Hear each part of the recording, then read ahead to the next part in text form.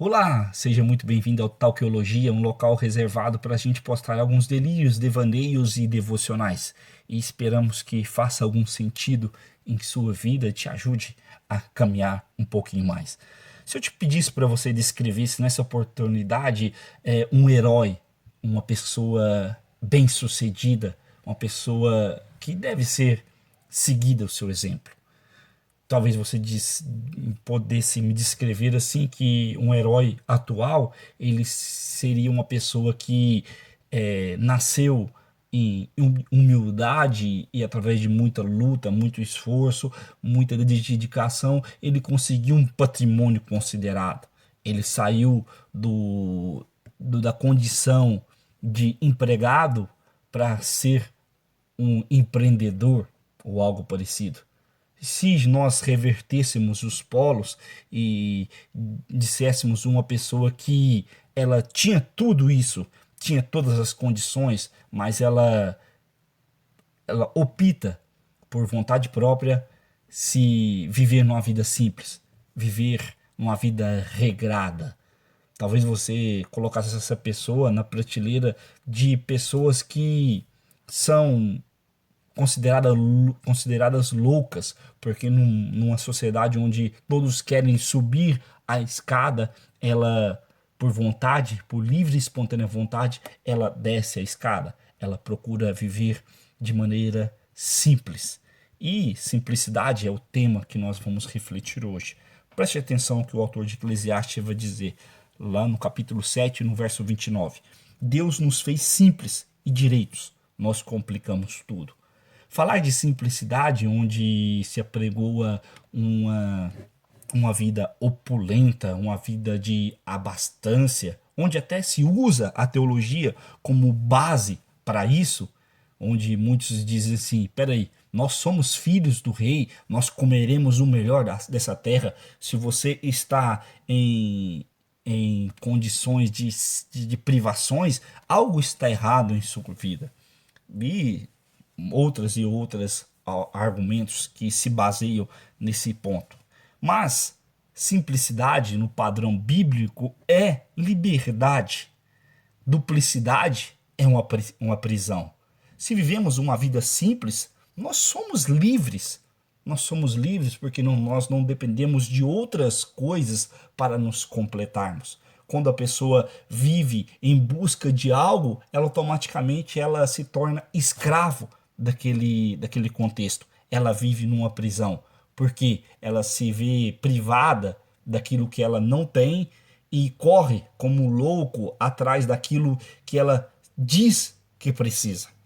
Em Mateus, capítulo 6, verso 33, há um exemplo muito belo do que é essa vida de simplicidade, essa vida de liberdade. Vai dizer assim: busquem, pois, em primeiro lugar o reino de Deus e a sua justiça, e todas essas coisas vos serão acrescentadas.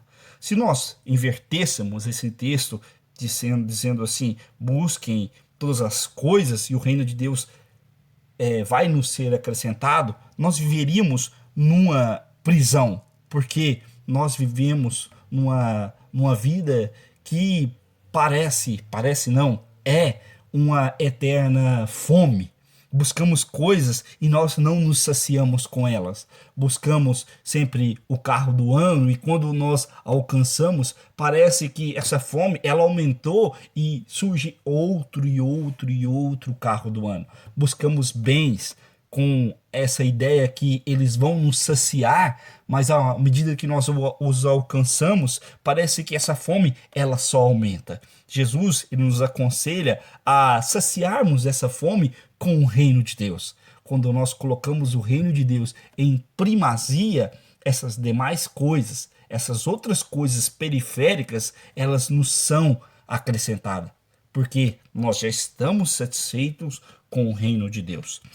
E interessantíssimo nós analisarmos isso, porque quando nós tiramos o reino de Deus da sua centralidade, buscamos coisas periféricas, a fome só aumenta. Quando nós buscamos o reino de Deus em primazia, como quando colocamos o reino de Deus em primeiro lugar, a fome ela é saciada. E essas demais coisas, elas são nos dadas porque elas não nos têm. Elas são nos dadas para usarmos em prol do próximo. E interessante que eu gostaria de elencar aqui no finalzinho desse áudio 3 pontos, 3 ideias que talvez nos ajudem a lidar com essa simplicidade, para buscarmos essa simplicidade que nós deveríamos cultivá-la em Deus. A primeira delas é: considere tudo como uma dádiva de Deus. Tudo que nós temos é dom de Deus. Tudo que nós temos foi Deus quem nos deu. E quando nós analisamos isso, quando nós colocamos isso em nossa mente, nós entendemos que essa vida simples, ela é alcançada porque tudo é uma dádiva de Deus. Tudo que nós temos não alcançamos pela força de nossos braços, não alcançamos pela destreza de nossas mãos. Nós alcançamos porque Deus nos concedeu. Ah, mas espera aí, então se eu parar de trabalhar, se eu parar de fazer, Deus vai me dar? Não é bem assim. Deus nos deu quando Ele nos dá a força para nos levantar, quando Ele nos dá a saúde para sairmos em busca disso. Mas lembrando, isso não justifica quem nós somos. Nós somos, em primeiro lugar, cidadãos do reino de Deus e buscamos o seu reino, o reino de Deus e a sua justiça. E essas demais coisas, elas são dádivas de Deus. E o segundo ponto é o que? É que quem cuida daquilo que Deus nos deu é o próprio Deus, não somos nós. Quem cuida daquilo que Deus nos deu é o próprio Deus e não nós. Mas espera aí, então quer dizer que eu devo viver negligentemente, deixar o meu carro aberto com a chave na ignição? Não, não é bem assim. É entendermos que é Deus quem cuida. Se Deus não cuidar da casa, em vão vigia o sentinela, já dizia o pensador. E é interessante também analisarmos que é Deus quem cuida. Deus quem cuida. Às vezes pensamos que é pela nossa capacidade intelectual que vem a proteção, é através da economia que vem a proteção, e Deus permite circunstâncias para provar que é Ele quem cuida, é Ele quem protege, é Ele quem vela, é Ele quem zela. No contexto de Mateus 6, Jesus nos dá um show de instruções, quando Ele nos faz olharmos para o lírio dos campos, quando nos faz olhar para as aves que não semeiam, que não guardam em celeiro, e Deus cuida delas. Se Deus cuida delas, se Deus cuida de coisas que não têm uma capacidade intelectual, assim como nós, seres humanos, Ele não cuidará de nós. E o terceiro e último ponto: coloque os seus bens em disposição do seu próximo. Tudo o que você tem é dádiva de Deus. Tudo o que você tem é Deus quem cuida. E tudo o que você tem não é só seu, também é do próximo. Deus te dá a capacidade de ser abençoado, não para você juntar em seus celeiros, mas para você abençoar o próximo. Viver uma vida de simplicidade é viver uma vida em prol do outro. É não olhar para o seu umbigo, não colocar você como primazia, mas tomar uma atitude de servo e olhar o próximo com olhos de amor. Olhar o próximo com olhos de sacrifício, se sacrificar em prol do próximo.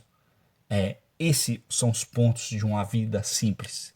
Em uma sociedade onde se apregou o contrário, o convite do Evangelho é vivermos essa vida simples, é vivermos buscando em primeiro lugar o reino de Deus e a sua justiça. E as demais coisas que muitas das vezes nos afasta desse reino de Deus, elas vão nos ser dadas, não porque nós precisamos dela, mas para que venhamos abençoar outros, porque uma vida simples é uma vida voltada para o caminho do Senhor, uma vida que encontra tudo o que precisa no Senhor. É o que o salmista diz lá no Salmo de número 23. O Senhor é o meu pastor e nada me faltará. Uma vida simples é uma vida sem falta. Uma vida simples é uma vida onde encontramos tudo o que precisamos naquele que é o alvo da nossa busca. Que Deus nos abençoe e, quem sabe, nos dê condições de viver essa vida simples e nos dê condições de, em uma outra oportunidade, voltar aqui para trazermos outra reflexão que talvez possa fazer sentido em sua vida. Que Deus te abençoe, em nome de Jesus.